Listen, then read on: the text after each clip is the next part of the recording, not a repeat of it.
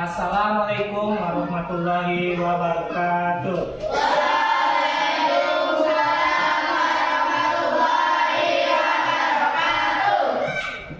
Apa kabar anak-anak? Masih semangat? Sebelum kita memulai pelajaran hari ini, mari kita berdoa. Siapa ketua kelasnya? Ada Hendrik, silakan pimpin doa. Berdoa mulai.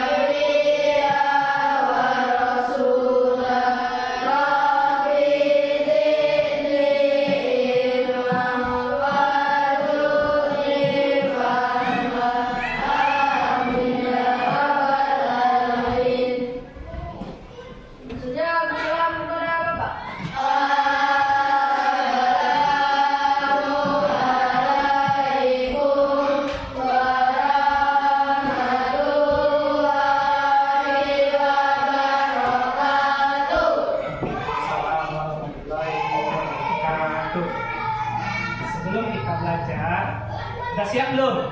Siap. Biar tambah semangat, kita ice breaking dulu. Yuk, semuanya enggak?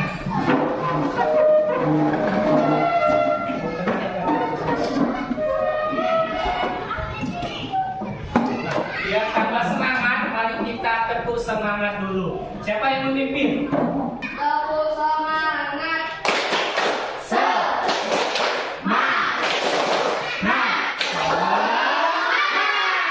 Udah semangat? Berarti udah siap kita belajar? Siap. Silakan dulu. Kita mulai, Bapak absen dulu ya. Kelas 5 siapa yang tidak hadir? Karena apa yang tanda hadir? Oh, kakinya sakit. Kelas 6 siapa yang tidak hadir? Hadir semua. Jadi hari ini hadir semua.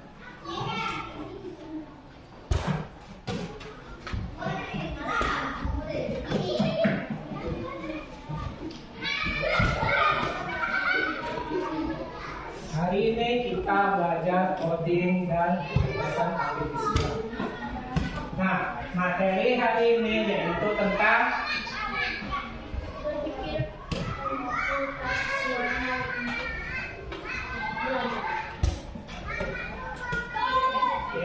berpikir komputasional untuk SD. Harapan dari materi tersebut yaitu kalian dapat memahami konsep dasar dan menerapkan pilar berpikir komputasional dalam menyelesaikan masalah sederhana. Kalau kalian mendengar kata komputasional, apa yang kalian pikirkan? Komputasional. Konsep, apa lagi?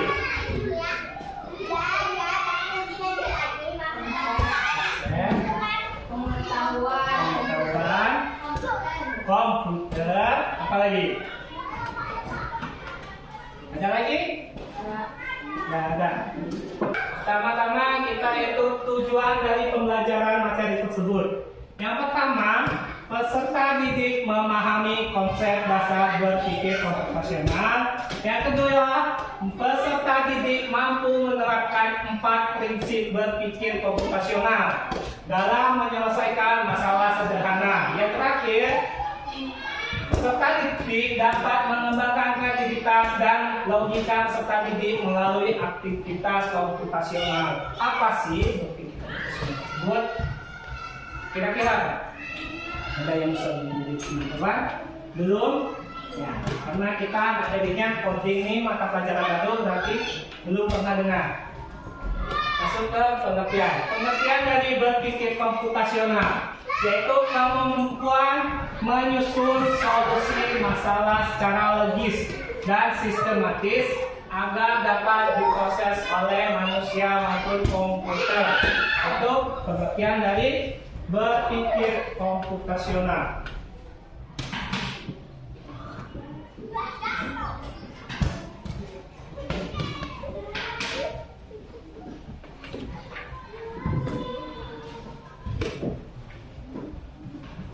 Kalian diharapkan memecahkan masalah menjadi bagian-bagian kecil. Yang kedua, mencari pola kesamaan atau pola-pola. Yang ketiga, menyusun langkah-langkah solusi. Yang keempat, memberikan solusi atau mencari solusi yang lebih efisien. Ada pertanyaan dari penelitian berpikir komputasional? Ya.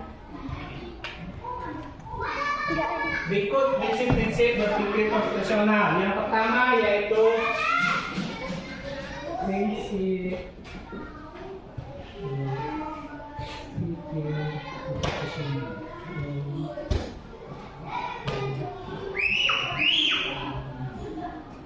Yang pertama, dekomposisi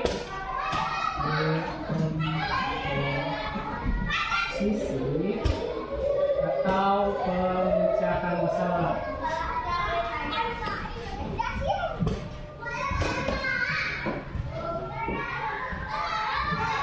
Artinya, memecahkan masalah kompleks menjadi bagian-bagian yang lebih kecil dan mudah untuk dikelola. Menurut Supiano, 2021 mengartikan bahwa dekomposisi tersebut pemecahan masalah besar, masalah yang besar itu menjadi bagian-bagian kecil.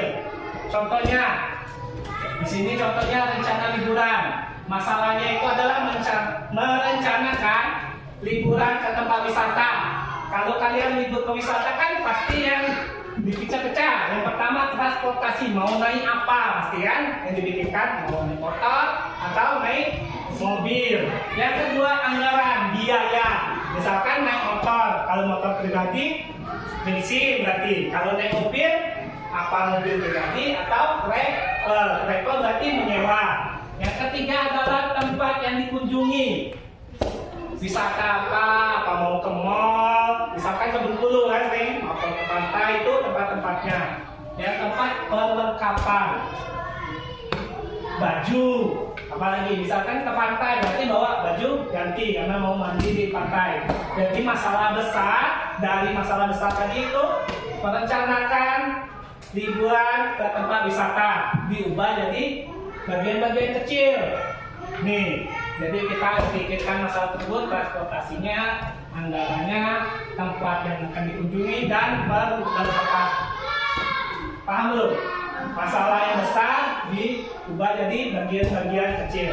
Masalah besarnya adalah liburan ke wisata, diubah dari bagian kecil jadi transportasi, anggaran, tempat, dan perlengkapan. Ada pertanyaan untuk pemecahan di posisi? Tidak. Kita masuk ke prinsip yang kedua. Prinsip kedua yaitu adalah pengenalan pola, yaitu mengidentifikasikan kesamaan atau pola dalam berbagai permasalahan untuk menemukan solusi yang dapat diterapkan kembali. Menurut Supiano, 2021, menurutnya yaitu menemukan pola yang bisa digunakan kembali. Contoh pola, contoh di situ bilangan angka 2, 4, 6, 8 dari pola tersebut, berarti lanjutannya berapa? 10, karena dia pola penjumlahan 2 dari 2, 4, 6, 8, 10, sudah 10, 12. Kayak itu, dari pola tersebut kita dapat menyelesaikan masalah pertanyaan tersebut. Ada pertanyaan untuk mengenal pola?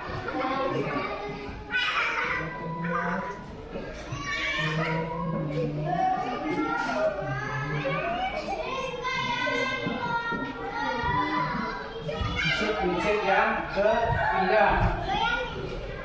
Prinsip ketiga yaitu abstraksi. Menyaring informasi tidak relevan dan hanya mengambil bagian pentingnya saja untuk menyelesaikan sebuah masalah. Menurut Supiano, 2021, terfokus pada informasi penting dan menyaring detail yang tidak relevan. Artinya dia hanya menuliskan hal yang penting. Contoh disebut, contoh menurut prinsip tersebut yaitu membuat bena kelas. Di dalam kelas itu ada apa aja?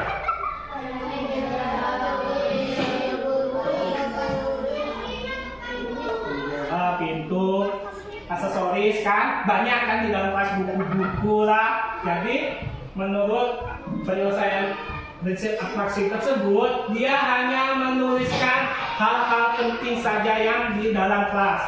Contohnya tadi, yang penting di dalam kelas kan pasti meja kursi siswa, ya kan?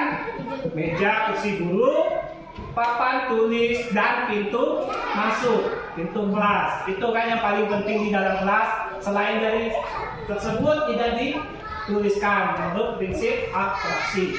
Ada pertanyaan?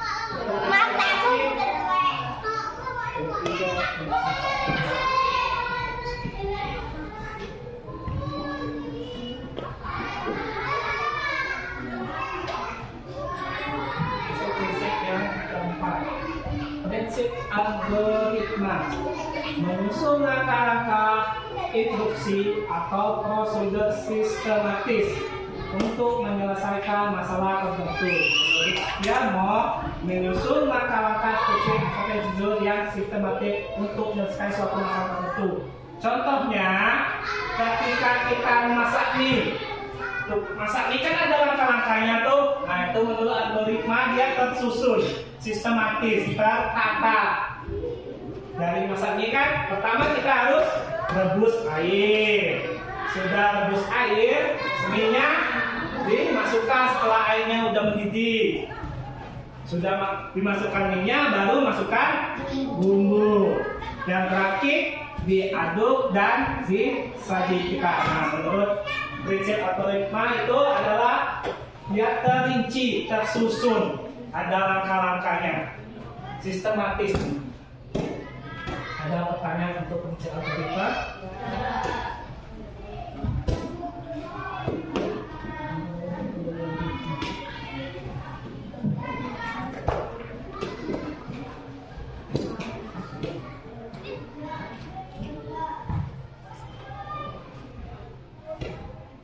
Siapa yang bisa memberikan contoh dari 4 prinsip tadi?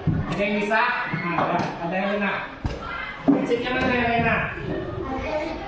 Algoritma.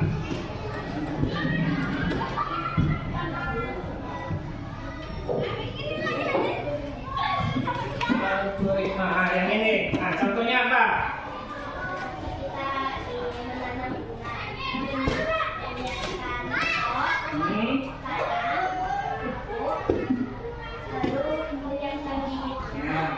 Prosesnya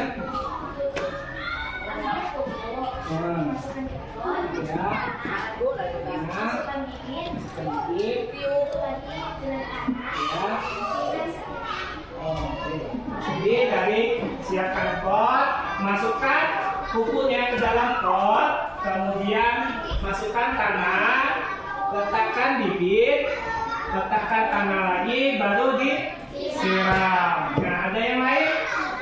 Ada yang lain? Ada yang bisa memberikan contoh lain dari 4 prinsip tersebut? Ada nggak? Kalau nggak ada, kita masuk kegiatan praktek. Kalau nggak ada, nah kegiatan aktivitas.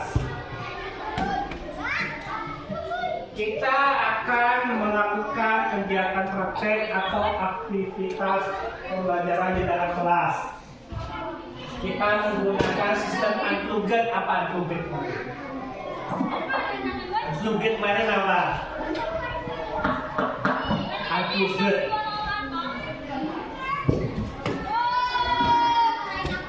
Belajar tanpa menggunakan perangkat elektronik. Nah, kita mencoba prinsip tadi tanpa menggunakan perangkat elektronik, yaitu permainan game, robot, dan navigator. Kalian nanti dibagi menjadi 3 tim, berarti kan? Tim ini, tim itu, sama tim ini. Paham? Nah, nanti ada satu orang sebagai robotnya. Satu orang sebagai navigator. Tugas robot adalah mendengarkan instruksi dari navigator. Sudah paham sampai situ?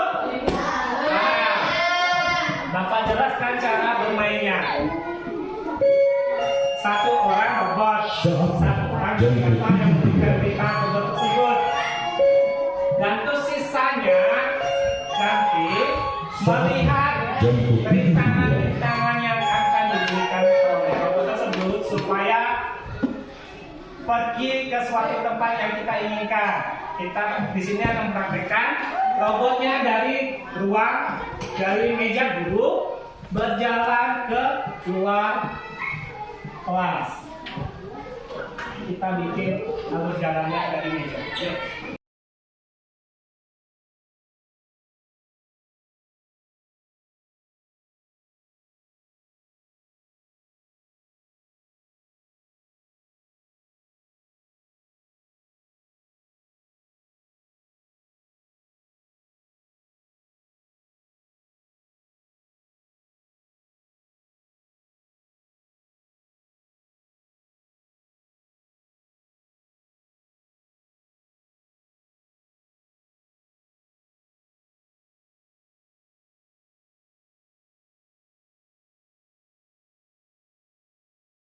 Nah, tadi kan kelompoknya sudah ada.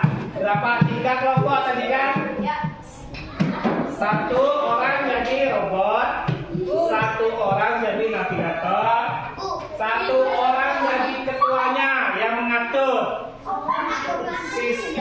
Sisanya mengamati jalannya robot tersebut. Ini kan udah ada Renan kan? Robotnya kita instruksikan jalan dari kursi guru menuju pintu keluar. Nah, tugas navigator kan menjelaskan, memberikan arahan pada robot tersebut. Selain robot sama navigator, berarti sisanya itu mencatat di mana robot tersebut bisa sampai keluar pintu. Contohnya, robot berjalan berapa kotak nih? 1, 2, 3, 4, 5, 6, 7, 8. Nah, maju 8 kotak. Perintah awalnya itu kan navigatornya bilang gitu nanti. Jadi robotnya berjalan sesuai arahan navigator. Maju 8 kotak kata navigatornya. Si robot berjalan 8 kotak. Gaya robot. Nah, jadi satu orang jadi robot, satu orang jadi navigator, satu orang jadi ketua, sisanya sebagai pengamat jalan. Perintah apa yang akan diberikan kepada robot tersebut? Paham belum? Paham. Kelompok sini ketuanya Aziza, kelompok sini ketua Lena, kelompok sini ketuanya Aldrin. Silakan menunjuk siapa robotnya, siapa navigatornya, siapa sisanya sebagai melihat area dan memberikan perintah apa yang akan diberikan kepada robot. Silakan. Silakan. Diskusi.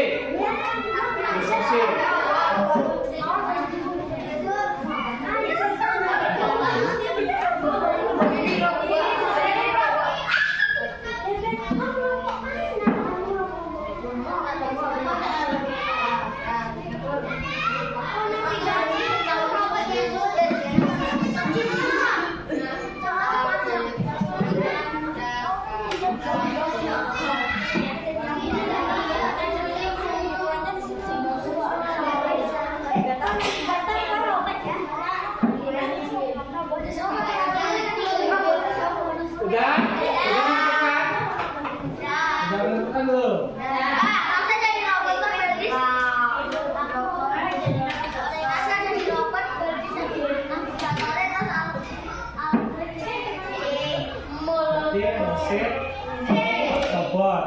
Navigatornya Deldis. Berwarna D. Nah, proses di Deldis lulus sih. Tuh, dia diambil situ dulu. Duduk di situ dulu. Tuh, siapa? Yang robot sama navigatornya pindah dulu. Kan tugasnya cuma yang robot mendengarkan perintah, yang navigator hanya membacakan. Dia kata tersebut. Sudah belum? Sudah ya, dulu. Sudah. Yang robot sama navigator pisah dulu.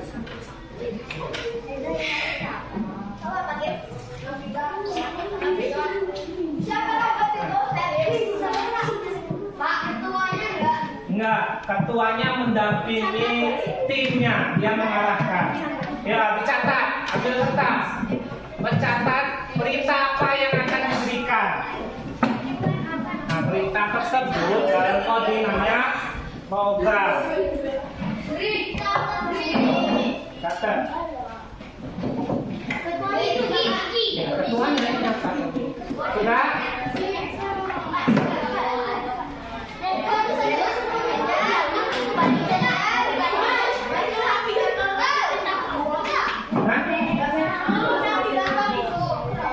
Ya, nanti tugas navigatornya membacakan perintah yang kalian tulis kepada robot. Robotnya cuma menggerak sesuai. Ya, navigator. Ya, kamu mendampingi tim yang lain. Perintah apa yang akan diberikan supaya robot keluar ke depan? Startnya dari sini. Iya, navigator dia membaca. Iya, nanti pas saat praktek yang bekerja tuh nanti navigator dengan ini robot. Navigator hanya membaca perintah yang kalian buat. Si robot hanya bergerak berdasarkan perintah dari navigator. Kita gantian. Kelompok ini keluar dulu. Kelompok 2 ini keluar dulu. Kelompok Aziza dulu. Enggak, yang nulis perintahnya. Kalian cek, ini enggak berjalan berapa kotak. Iya, kalian dulu yang lain keluar. Ya gantian, kelompok itu dulu nulis perintahnya. Itu lagi di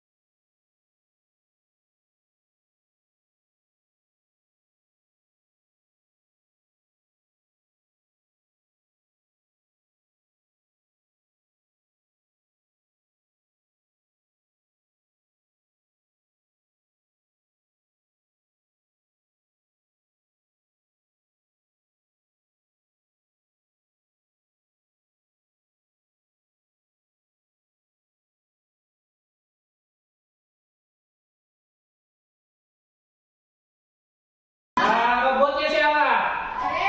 Kalian sebelah sini dari tadi, sebelah sini ya. Ya, si Sherlyn kan robot, jadi tugasnya mendengarkan perintah. Nggak apa-apa, tapi jangan di jalur lah. Ini kan jalur robotnya, boleh di dalam. Yang penting jangan di jalur dan jangan mengganggu temannya. Yang praktekkan si robot dan navigator. Ya, si Sherlyn bergerak sesuai perintah dari navigator. Ya, sudah siap? Siap? Siap belum? Siap belum? Udah, mulai.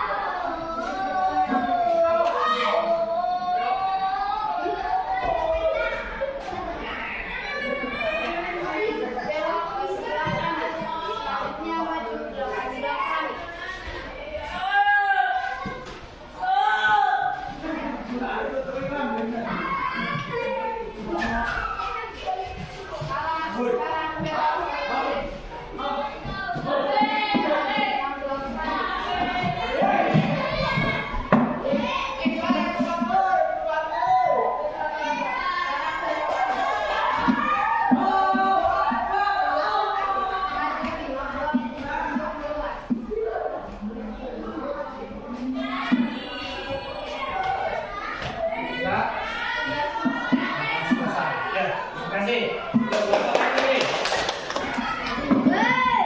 Nanti nggak salah perintahnya.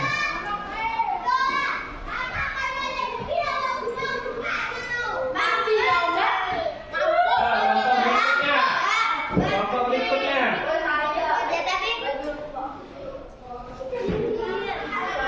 Nah, pidatonya udah kelompok. Dari mana? Kotak mana tadi? Benar, benar nggak? Ke situ. Nah, benar. Nggak usah lihat ke orang. Tugasmu hanya mendengarkan perintah navigator dan bergerak sesuai instruksinya. Tidak ada, nggak usah ngobrol. Nah, tidak dengar lagi navigator. Jangan di jalur sini, jangan di jalur ini ke jalur robot, jangan di jalurnya. Jangan di jalurnya. Sudah? Sudah. Yuk, mulai. Robot, saya perintahkan kamu maju lurus 8 mata ke depan.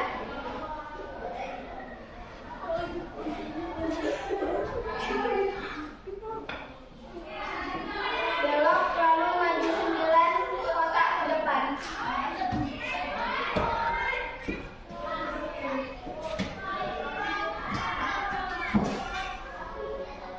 Belok lagi lalu maju 6 kotak ke depan.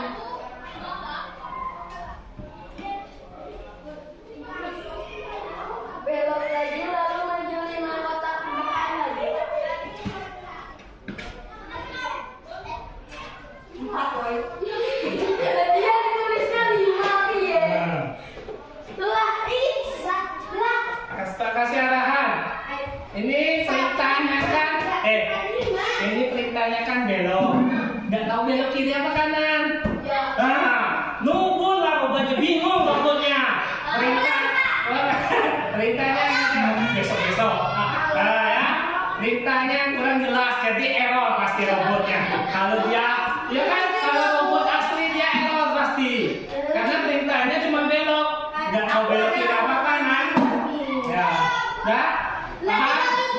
Programnya belum lengkap, kasihan. Ya. Terima kasih. Kelompok terakhir mana yang cowok? Kelompok sama robotnya di depan, navigator di belakang robot. Nah, dosennya kan cuma baca perintahnya aja. Lah iya. Yuk.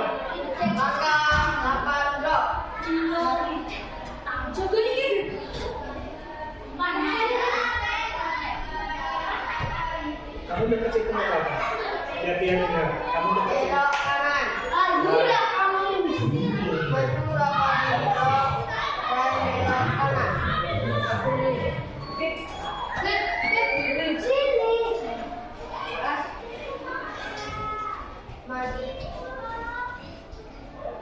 Maju 5 blok dan keluar jalur.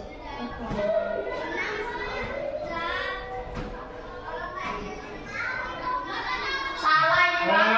Salah kita. Salah. Tengok. Oke. Udah, masuk semua. Masuk semua. Masuk semua.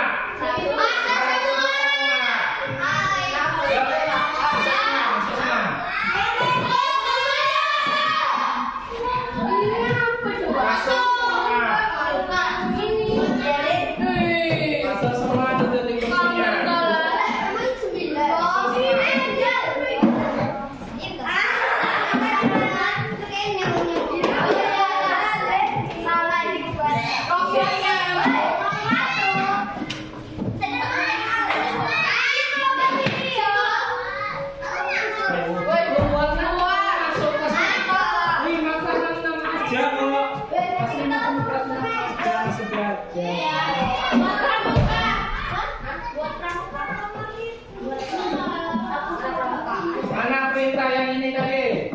Buku-buku nggak aku pegang. Mana sih perintah sih? Helena. Mana si Helena ada di bukunya? Di depan, bukunya depan. Di rak sepatu. Aku cuma megang pen.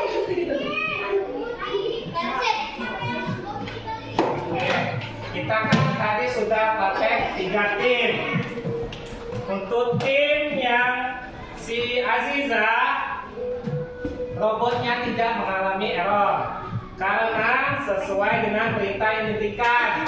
Jadi robotnya selamat sampai keluar kelas. Untuk tim Helena, robotnya tadi ada error karena perintahnya tidak jelas. Di mana? Di belok. Di sini perintahnya cuma belok, tidak diberitahu belok kiri atau kanan. Jadi robotnya bingung belok kanan atau belok kiri. Jadi terjadilah error. Yang terakhir si tim cowok-cowok.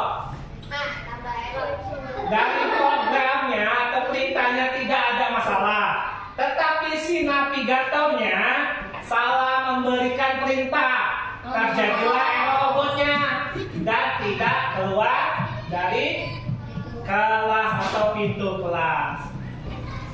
Dari kesimpulan 3 kelompok yang maju tadi apa kesimpulannya? Nah, dari kelompok 2 dulu apa? Enggak. Nah, perintah yang tidak jelas mengakibatkan robot error. Dan navigator yang salah memberikan perintah menyebabkan robot error juga. Jadi kalau kalian dalam sistem coding tuh, kalau perintah dan memberikannya perintah tersebut tidak jelas, terjadilah error sebuah sistem.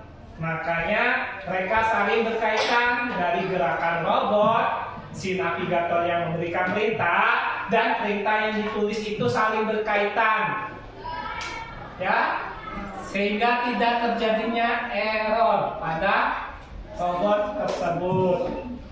Paham belum? Paham. Ini dari pembelajaran unplugged, yaitu pembelajaran tanpa menggunakan perangkat elektronik. Jadi kalian yang berperan melalui kegiatan fisik. Ada pertanyaan? Tidak. Nah, untuk tugas di rumah, Bapak berikan tugas untuk di rumah yaitu lembar kerja. Ini.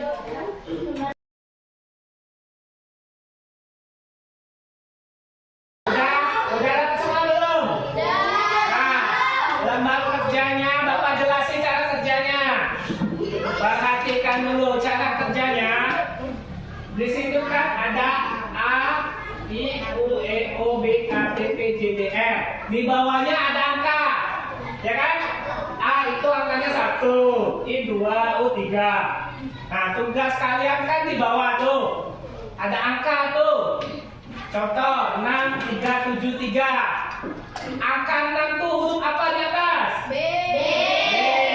Taruh di B kolom kotak bawah. Yang 3? Yang 7? Yang 3? Jadi buku. Paham yang itu? Nah, yang ini. Satu lagi.